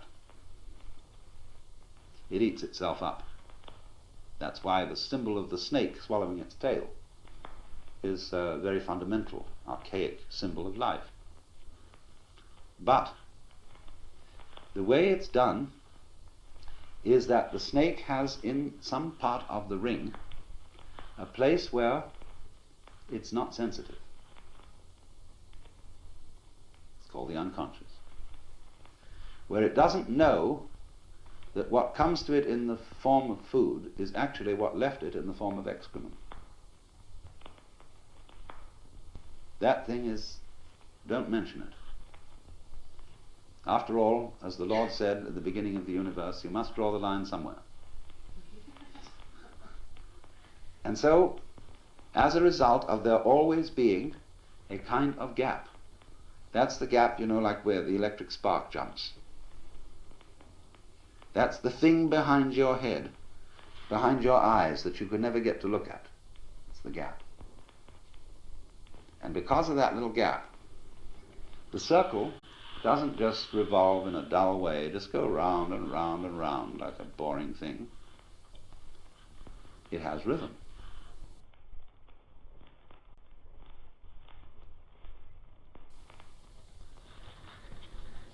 But if you try to enrich your personality by taking a course in how to win friends and influence people, or how to be a real person, you'll become just a washout.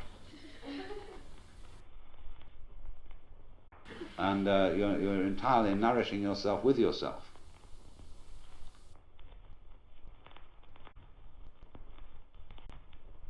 So you see, to spread joy, you have to have it. To impart delight, you have to be more or less delightful. And to be delightful is not some factor of trying to make yourself look delightful. It is to do things that are delightful to you. You become thereby delightful to others. That's to say, people who are interesting are people who are interested. So, what I'm saying is, I think this. I'm trying to share with you a certain style of life and an attitude to life and an insight. Well, I've taken you on one side and said, listen, kids, things aren't what they seem. Don't be fooled. There's a big deception going on, and you're involved in it, but I just thought you ought to know it. And enjoy it, see? I'm terribly puzzled about the way people go out of their way to disenjoy themselves.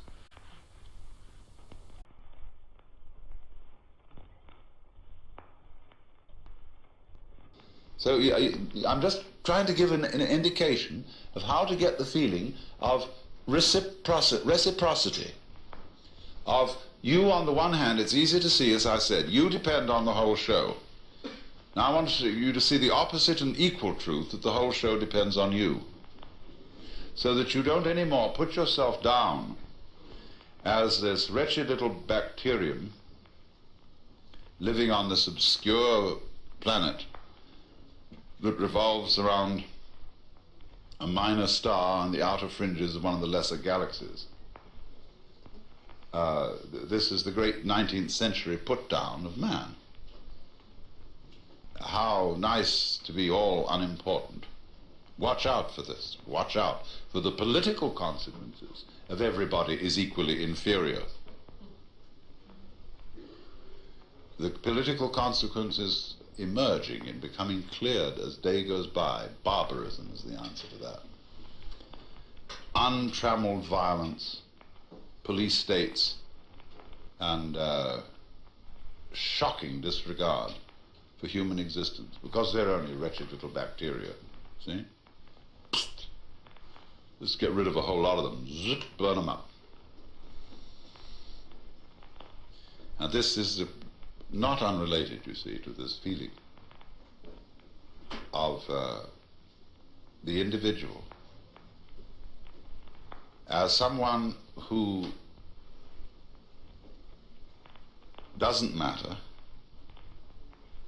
at all, which can be the reaction against the philosophy of life in which an individual mattered too much in the wrong way. In the Christian tradition, we have made the individual matter too much in the wrong way. That is to say, you as an ego are infinitely precious. God has made each one of you separately, and each one of you as a separate ego will last forever. And therefore you're all important in the eyes of God. But you better know your place, baby, because you're subjects of the king. But on the other hand, the other way of looking at the individual as an incarnation of the divine, as God, him or it or herself, coming on at God everywhere. Did you realize how fascinating that is? That if you were God, wouldn't it be fascinating to see myriads, to know yourself in terms of myriads of reproductions of yourself, all different, and really different, like other people seem to be different from you, and they've got a secret in them. You don't know what they're going to do next. See, so they are alive. If I push you and you just go, bleh, I say it's only plastic. If you jump a little, I say, that's someone else. I don't know what she's going to do next. See, that's what I'm looking for. That's what we're all looking for in personal relationships. And that's, you see, you can imagine, if you simplify it. Here is a kind of ball of light, which is the divine being. But it's fascinating. It's fascinated with itself.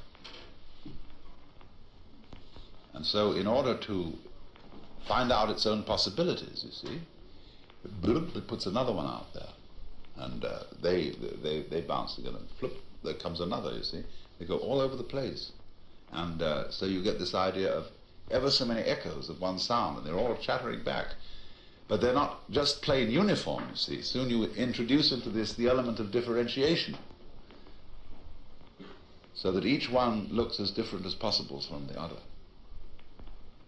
But it's all one, because there can't be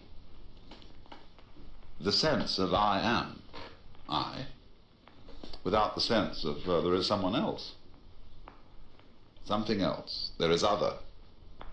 I and other imply each other as much as solid implies space.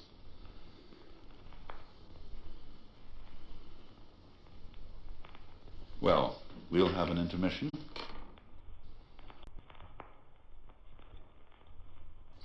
So, if you want to think incidentally of that curved space, go and take a look at a photograph in the Life, a book on mathematics, where there's a picture of a Klein bottle, which is a three-dimensional Möbius strip.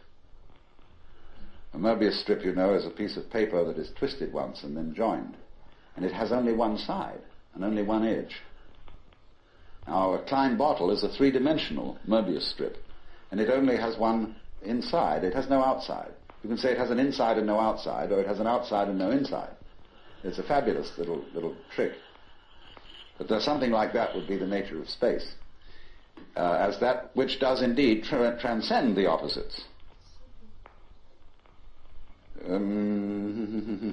Not quite. No, we'd have to do one extra move on a serpent to make it into a Klein bottle. You'd have to tuck its head through the side of its skin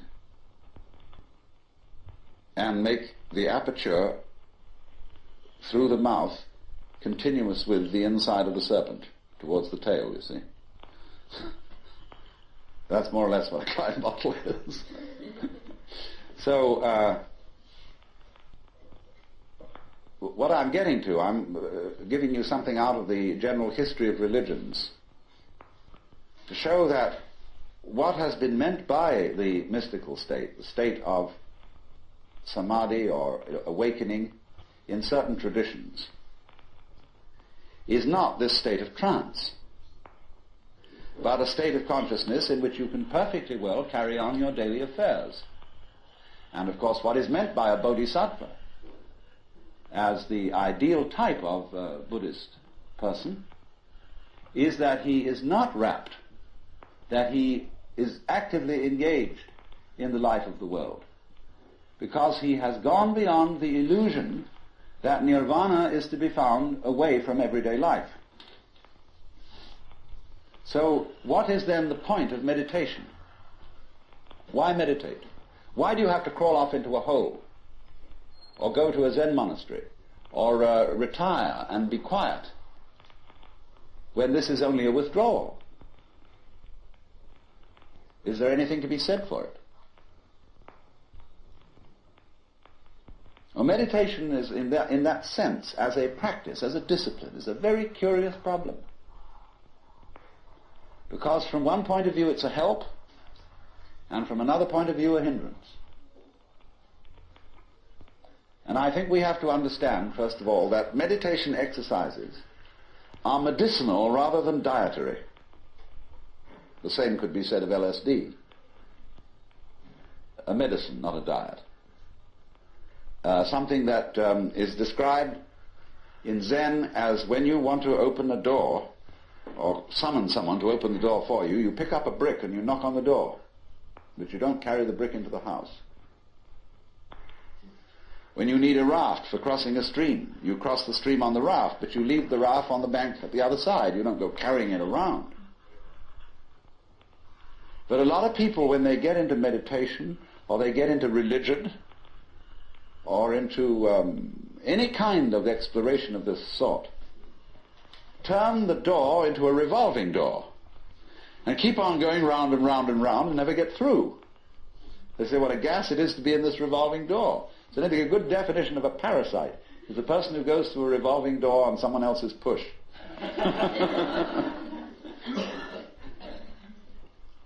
So there are all sorts of people in the religious racket who are going through revolving doors. And they're very bitter about people who walk right through and leave the door behind, because they say, well, you haven't paid enough respect. You must really understand religious one-upmanship. It's a tremendously important thing. And don't be caught out by this, because what happens is there's a little game going on, which I'm going to initiate you into. And it's played in Zen, which is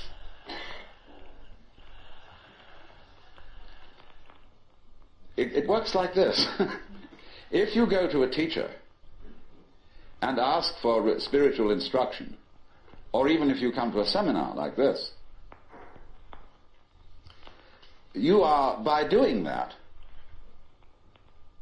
confusing yourself, because you are looking for what you're asking for outside, as if someone else could give it to you, as if you didn't have it. So the teacher knows that as long as you do that, you haven't understood. But he doesn't just tell you to go away. Or he may sometimes just say, go away, I'm too busy. And in any case, I can't tell you anything. Well, people won't take that for an answer. They won't take no for an answer. And furthermore, if he just said, go away, they would just find some other teacher who would exploit them and maybe keep them as followers for years and acquire a great deal of money by so doing. But what he does is another thing. He tries to give them the put down, as if to say, you have a great long distance to go yet. Your attainment is not at all perfect. And they're always talking about other sects and other schools and saying, well, they haven't really got the point, you see? So that you keep losing faith in yourself and feeling, my goodness, I haven't yet attained this thing. And that keeps you working. But all the time, you're being talked out. It's like someone who's a pickpocket and he's stolen your own watch and is selling it to you.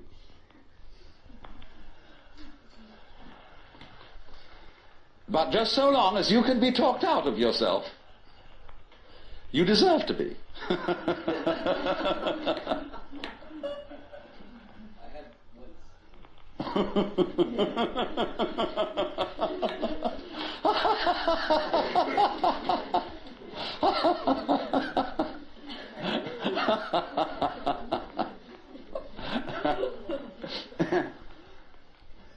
Now, you become very aware of this if you ever do momentarily slip into some sort of mystical experience.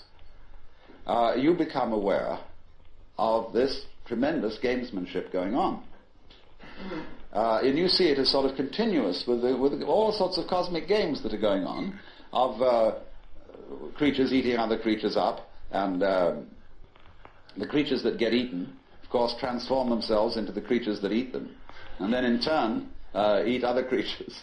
And you see the whole hide-and-seek game going on, and then you realize very clearly that the state of development that you are in now is no better and no worse than anybody else's state. Because it's like space again. Which planet is in, or which star is in the best position? Well, it's all equal. They're all in the middle. Any one can be considered as the center one. Any point on a sphere is the center of the surface of the sphere.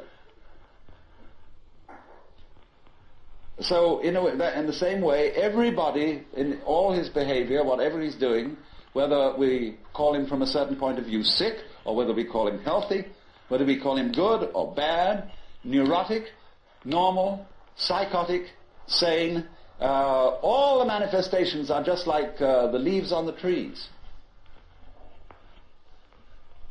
And in each being in a unique way is, as Christians would say, manifesting the will of God.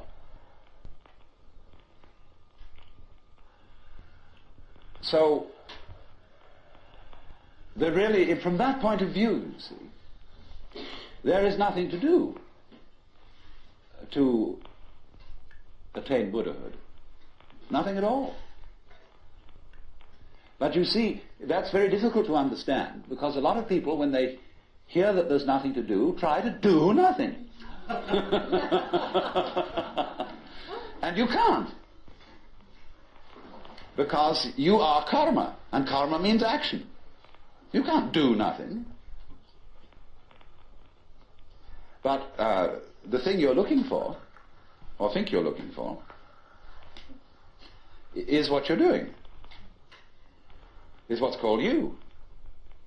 Only, of course, as we all know, we've got ourselves into the idea that oneself is so difficult to see. Because it's like, as I've often said, trying to bite your own teeth or look into your own eyes, and you can't find it. It's always behind. It's like your head is, from the optical point of view, a blank space. Neither light nor dark. It's right in the middle of everything. And so, one of the great tricks of gurus is to set people looking for their heads. There's a famous story of a king in India in ancient times called Yajnadatta. And one morning he woke up and reached out for his mirror and brought it over. No head. He was looking in the wrong side of the mirror. And he was kind of bleary-eyed and had a hangover. So he summoned servants and said, "Ye gods, I've lost my head. Find it." And they said, "But Your Majesty, it's there on your shoulders." He said, "It is not. I can't see it in the mirror. Nobody can show me my head." So they were rushing all over the place, looking for the head. Now the trick to that is, of course, that you are perfectly well aware of your head, only not in a form in which you expect to be aware of it. You expect to be aware of your own head in the same way as you're aware of other people's heads. But that wouldn't be true of you, because you've got an inside view on your head. You have an outside view of other people's heads, because, of course, you're taking an inside point of view. But the way in which you are aware of your head is in terms of what you are seeing and hearing. Because all sights and all sounds are what the nerves inside your head are doing. That's how to be aware of one's head. You are aware, therefore, of yourself, the mysterious self that you have, in terms of experience. Because there isn't really any difference. But that always escapes people, you see. So perpetually, so long as you don't understand that, you can be talked into going on to all kinds of weird excursions. And just so long as you believe it, you're a sucker. You're hooked. And it takes a tremendous inner confidence and nerve finally to say, "Hey, don't pull that stunt on me anymore. I see through your game." And because gurus are very clever at putting you down, but they're just trying to see how strong you are, testing you out, see if they can hoodwink you. So long as they can, you see, they're going to go on doing it, because they're going to get you to the point where they can't do it to you anymore. Then they're graduate. And so one of Rinzai's students, after he saw through it, said, "Well, there wasn't much in Rinzai's Buddhism after all." Of course there wasn't. He said boldly and straight out, "My teaching is just like using an empty fist to deceive a child. You know, when you play games with a child and pretend you've got something here, and the child goes into all kinds of tizzy to get you to open your hand and show what it is, and then there's nothing. Fooled. So you can be fooled, as long as you can be fooled. When you can't be fooled, you don't ask the question anymore, because it's all become clear. It's all become clear that there is no puzzle about this universe. What makes you think there are puzzles about this universe? Very simple reason. You're trying to explain it. And when you explain things, what do you mean by explanation? There are several meanings of explanation. There's really one basic meaning. But first of all, to be able to translate what is happening into terms of words or numbers. In other words, to describe. But a real explanation is not just a description. It's a description which enables us to control what we are describing. But didn't we see in the last session that to control the world is not really what we want to do?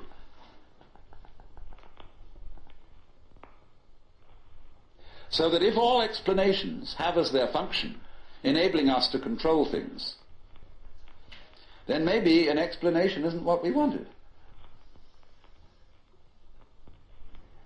And furthermore, you can very simply see that what makes things complicated is explaining them.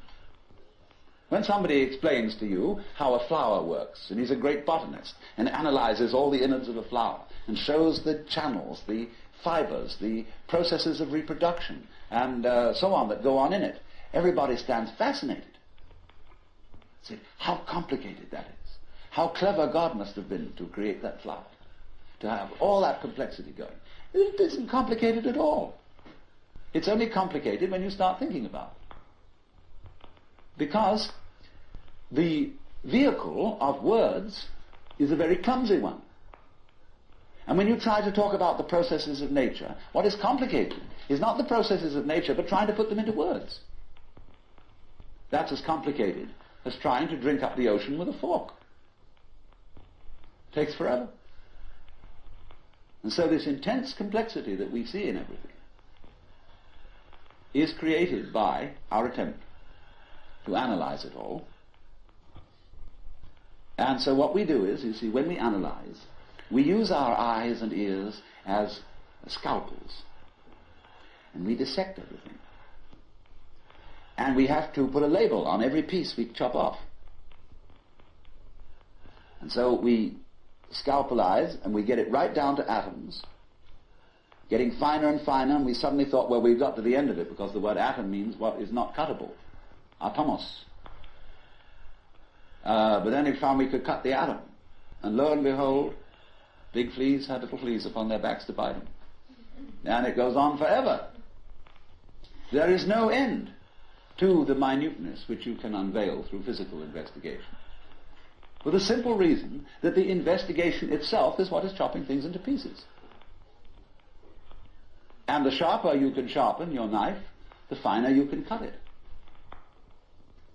And the knife of the intellect is very sharp indeed. And the sophisticated instruments that we can now make, there's probably no limit to it. But in a way, all that is vain knowledge. In a way. Because you see, what it does is, it gives you the illusion that you've solved your problems.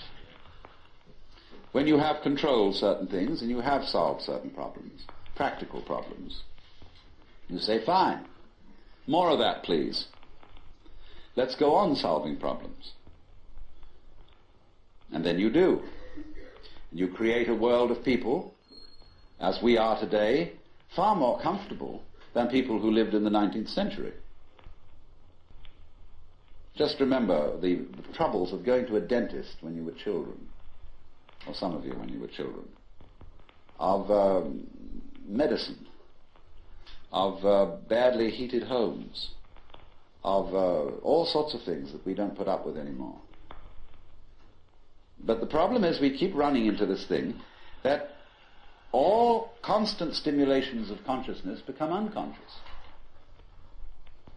And when we take it as a matter of course to have certain comforts, then we switch the level on which we worry.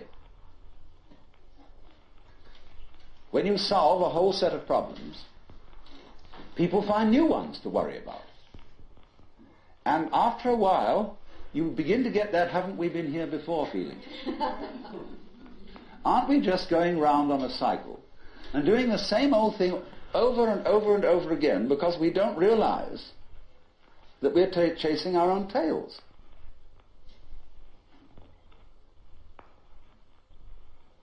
By an eternally recurrent process of not knowing who you are. That is the hide and seek. That is the nature of what the Hindus call the Manvantara and the Pralaya, the period of the Manvantara in which the worlds are manifested, and the period of the Pralaya in which the worlds are withdrawn from manifestation. In and out, in and out. Evermore came out by the same door as in I went. And the thing is, to get to the point where you can see that you are doing that in every moment of your existence, with every tiny little atom of your body, you now, at this minute, you see, are the whole system. of inning and outing. In other words, you often think perhaps, maybe a long, long time ahead, I shall reach the point where I wake up from manifestation and overcome the world illusion and discover that I am the supreme reality behind all this diversification. My friends, there is no diversification.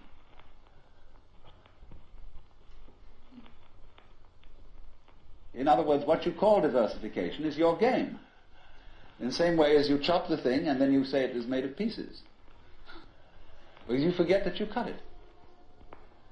And so when you see the world as complicated and that there are life problems and that you might one day succeed. See, hundreds and hundreds of people are running like mad after something that they call that is success, and they have no idea what it is. So in exactly the same way, the guru is keeping you running and running after spiritual attainment. You don't know what you want. This is where Krishnamurti is so clever.